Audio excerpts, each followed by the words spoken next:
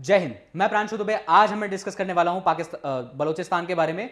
आपने कश्मीर और हैदराबाद के बारे में तो सुना ही होगा किस तरीके से कश्मीर का इशू है। ऐसे ही एक और इशू है जो बलूचिस्तान का इशू है, और बलूचिस्तान का इशू आज के कंटेक्स्ट में बहुत ज्यादा इंपॉर्टेंट होता है, क्योंकि जिस तरीके से इंडिया और पाकिस्तान के बीच में अभी वॉर चल रही है, तो हमारे लिए बलूचिस्तान का साथ देना बहुत ज्यादा इंपॉर्टेंट है। और अगर इंडिया बलूचिस्तान का साथ लेके पाकिस्तान के साथ लड़ाई लड़ता है तो क्या फायदा हो सकता है, इन सब चीजों को हम जानेंगे एग्जाम पॉइंट ऑफ व्यू के लिए। आइए मेरे साथ शुरू करते हैं।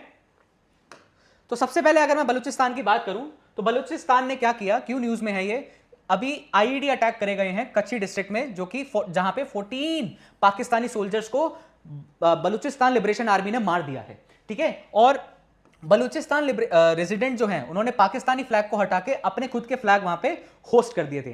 ठीक है, ये रीजन देख सकते हो, ये बलूचिस्तान का रीजन है। ठीक है, बहुत बड़ा रीजन है पाकिस्तान के अंदर, सबसे बड़ा रीजन यही है। अगर मैं डेमोग्राफी की बात करूं, यहां पे मेंशन है 44% जो लैंड मास है वो है, और यहां पे ओनली 5% लोग रहते हैं। तो मतलब 44% बड़े से लैंड मास पे सिर्फ 5% पॉपुलेशन रहती है, और जो पॉपुलेशन है ये बलोच, सुन्नी मुस्लिम और ईरान और अफगानिस्तान की कम्युनिटीज यहां पे रहती हैं। बलूचिस्तान एक लार्जेस्ट प्रोविंस है और काफी कम पॉपुलेटेड है, इसके बारे में हमने बात कर ली। और यहां पे बहुत सारे नेचुरल रिसोर्सेज देखने को मिल जाते हैं, जैसे कि ऑयल हो गया, गोल्ड हो गया। तो ये बहुत ज्यादा इंपॉर्टेंट हो जाता है पाकिस्तान के लिए ऑलरेडी। अगर मैं बात करूं थोड़ी सी इसकी हिस्ट्री के बारे में, बहुत ही शॉर्ट में आपको मैं बताऊंगा कि क्या था कि पहले के टाइम पे, अब आपको पता है जैसे इंडिया के अलग अलग प्रोविंसेस थे, ऐसे ही पाकिस्तान के बलूचिस्तान के 4 प्रोविंसेस थे। ठीक है, इसमें से जो कलात प्रोविंस था, ये कलात प्रोविंस है। ठीक है, कलात प्रोविंस है। ठीक है, और ये यहां पे लास बेला है। एक था मकरान। ठीक है, तो ऐसे ही ये 4 प्रोविंसेस में डिवाइड होता है। खरान। ठीक है, तो ऐसे ही ये 4 प्रोविंसेस में डिवाइड था। अब इसमें से जब बात हो रही थी कि मतलब बलूचिस्तान को दिया गया था कि आपके पास 3 ऑप्शंस है, इधर टू मर्ज विद इंडिया, इधर टू मर्ज विद पाकिस्तान, और रिमेन इंडिपेंडेंस।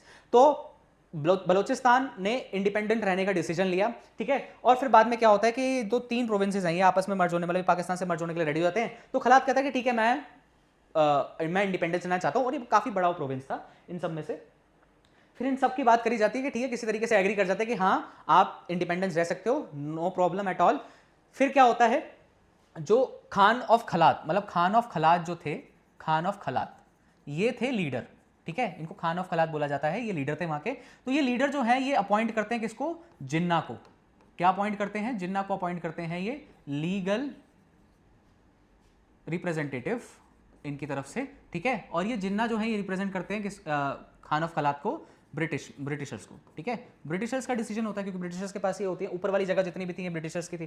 ठीक है, तो ब्रिटिशर्स को ये जाके बात करते हैं और ये सब एग्री कर जाते हैं आपस में, ठीक है, कि आप बलूचिस्तान को इंडिपेंडेंट रहना, इट्स ओके, एब्सोल्युटली फाइन, कोई प्रॉब्लम नहीं है। लेकिन कुछ टाइम बाद क्या होता है, वापस से मतलब जो होता है कि 1948 में ब्रिटिशर्स कहते हैं, मतलब सितंबर बात करूं तो मैं सितंबर 12 के आसपास, सितंबर 12 के आसपास जो ब्रिटिशर्स हैं वो कहते हैं कि जो बलूचिस्तान है, जो खलात है, वो अपना ठीक से नहीं चला पाएगा, मतलब अपना प्रोविंस, अपने स्टेट वो ठीक से नहीं चला पाएगा, तो उसको पाकिस्तान के साथ मर्ज कर दिया जाए। अब ये बात खान खलात को पता चली, तो खान खलात ने मदद मांगी, इंडिया की भी मदद मांगी, और सब बहुत सारी जगहों की, बहुत सारी स्टेट्स की जाके मदद मांगते हैं, लेकिन उनकी मदद करने के लिए कोई नहीं आता। फिर पाकिस्तान की आर्मी मार्च करती है खलात की तरफ, और वहां पे जाके एक एग्रीमेंट साइन कराती है, और उस एग्रीमेंट में जो बलूचिस्तान है उसको मर्ज कर दिया जाता है किसके साथ, पाकिस्तान के साथ। ठीक है, तो ये एक हिस्टोरिकल बैकग्राउंड था छोटा सा।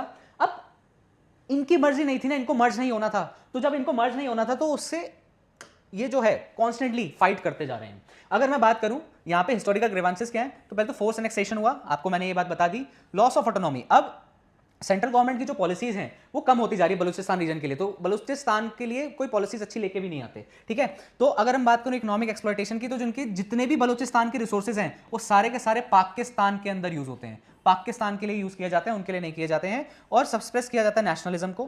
ठीक है, तो कर देते हैं। प्लस ह्यूमन राइट्स का जो वायलेशन हो रहा होता है ना, तो मतलब वहां पे extra judicial killing, fake encounters को दिखा के ऐसे करके डराया जाता है। ठीक है, और रीजनल एक्सट्रीमिज्म, मतलब बलूचिस्तान फेसेस मिलिट्री रिक्रूटमेंट, तो बलूचिस्तान के अंदर मिलिट्री रिक्रूटमेंट होता है, किसका होता है, अलकायदा और तारीके तालिबान। तो इन सब का रिक्रूटमेंट किया जाता है इन टेररिस्ट ऑर्गेनाइजेशंस में। आगे बात करें कि बलूचिस लिबरेशन आर्मी क्या है, तो ये 2011 में 11 से एक्टिव है, ठीक है, और एक प्रोमिनेंट सेपरेटिस्ट ग्रुप है पाकिस्तान में, ठीक है। एक मजीद ब्रिगेड, ये BLA डेडिकेटेड सुसाइड स्क्वाड है, तो मतलब ये क्या करते हैं, बॉम्ब वॉम्ब पहन के और सीधा जाके ब्लास्ट कर देते हैं, तो इस तरीके से ये वर्क करते हैं, ठीक है ना। और पाकिस्तान पूरे in the most under representation of people. तो बलूचिस्तान में जितने भी एथनिक ग्रुप्स हैं वो बहुत पुअर हैं, बहुत पुअर हैं, उनका बहुत ही कम रिप्रेजेंटेशन होता है इसके अंदर आपका मतलब फेडरल स्ट्रक्चर जो है, मतलब गवर्नमेंट में भी इनका रिप्रेजेंटेशन पाकिस्तान नहीं देता है, तो इस तरीके से इनको ऑटोनॉमी भी नहीं दी जाती है, ठीक है। आगे बात करते हैं कि why Balochistan is important for India, India के लिए बलूचिस्तान इंपॉर्टेंट क्यों हो जाता है। तो अगर मैं बात करूं कि जो वहां के जो मतलब 5th सन जो हैं हैबर मारी, ठीक है, वेटेरियन थे आपके बलूचिस नेशनल लीडर के नवाब काहिर, तो उनके उनके सन है, 5th सन है। तो ये क्या बात कर रहे हैं, ये नवंबर 2019 में बोल रहे हैं कि इंडिया को क्यों हेल्प करनी चाहिए बलूचिस्तान की, तो उस चीज़ के बारे में इन्होंने बात करी थी। तो अगर मैं बात करूं कि बलूचिस्तान जो है वो हमारे जियोपॉलिटिकल इन्वेस्टमेंट के लिए मतलब बहुत ज़्यादा इंपॉर्टेंट हो जाता है, कि हमारे लिए बहुत अच्छी इन्वेस्टमेंट हो सकती है अगर हम बलूचिस्तान के अंदर इन्वेस्टमेंट करते हैं, क्योंकि अगर उसकी ज्योग्राफिकल लोकेशन भी देखें तो हमारे लिए काफ़ी ईजी हो जाएगा पाकिस्तान को काउंटर करना। हम पीछे से भी कर सकते हैं, आगे से भी कर सकते हैं, तो बहुत ईजी हो जाएगा हमारे लिए।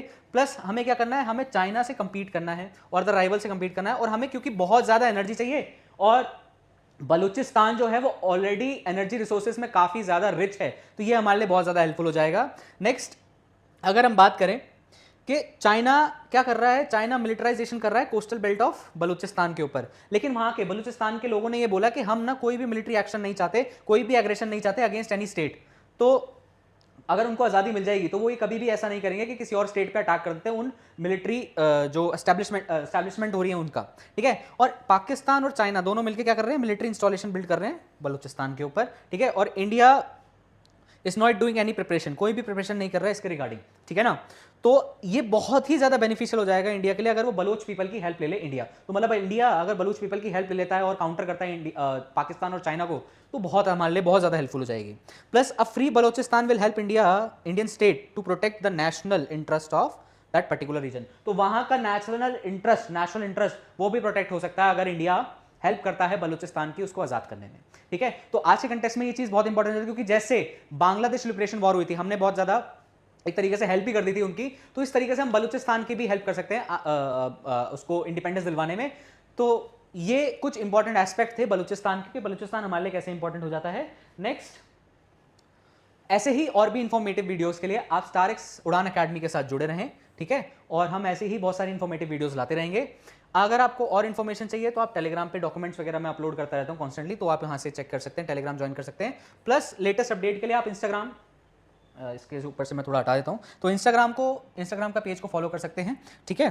तो यहाँ से आपको जो डिटेल्स हैं कि कौन सी वीडियो आने वाली है, क्या हम आगे करने वाले हैं, इन सब के बारे में डिटेल आपको यहाँ पे मिल जाएगी, अवेलेबल हो जाएगी। इंस्टाग्राम का आप पेज फॉलो कर सकते हैं। इसी के साथ मैं इस वीडियो को एंड करता हूँ। Thank you.